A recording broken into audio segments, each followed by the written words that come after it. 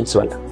చిన్నప్పుడు మీరు చూడండి, మనకి ఏదైనా బాధ కలిగితే అమ్మ దగ్గర నాన్న దగ్గర ఏడ్చిన రోజులు ఉంటాయి. అమ్మకి బాధ కలిగితే నాన్న దగ్గర మన దగ్గర ఏడ్చిన రోజులు ఉంటాయి. కానీ భారతదేశంలో ఏదైనా తండ్రికి బాధ కలిగితే పిల్లల దగ్గర కానీ భార్య దగ్గర ఏడని చూసారు. You can't even see that. ఈరోజు ఆత్మహత్యలు అంటే ఉరేసుకోవడం, ట్రైన్ కింద పడడం కాదు, గుండెపోట్లు కూడా ఒక రకమైన ఆత్మహత్యలు నేను కనిపెట్టాను. ఒక కొడుకు కూతురు వాళ్ళకి టాపర్స్ అయ్యి సర్టిఫికెట్లు తీసుకొని వచ్చి ఈరోజు నాకు బ్యాంక్ ఆఫర్ ఇంత వచ్చింది, నాకు ప్యాకేజ్ ఇంత వచ్చిందని చూపిస్తే అది కాదు నిజమైన గ్రేట్నెస్.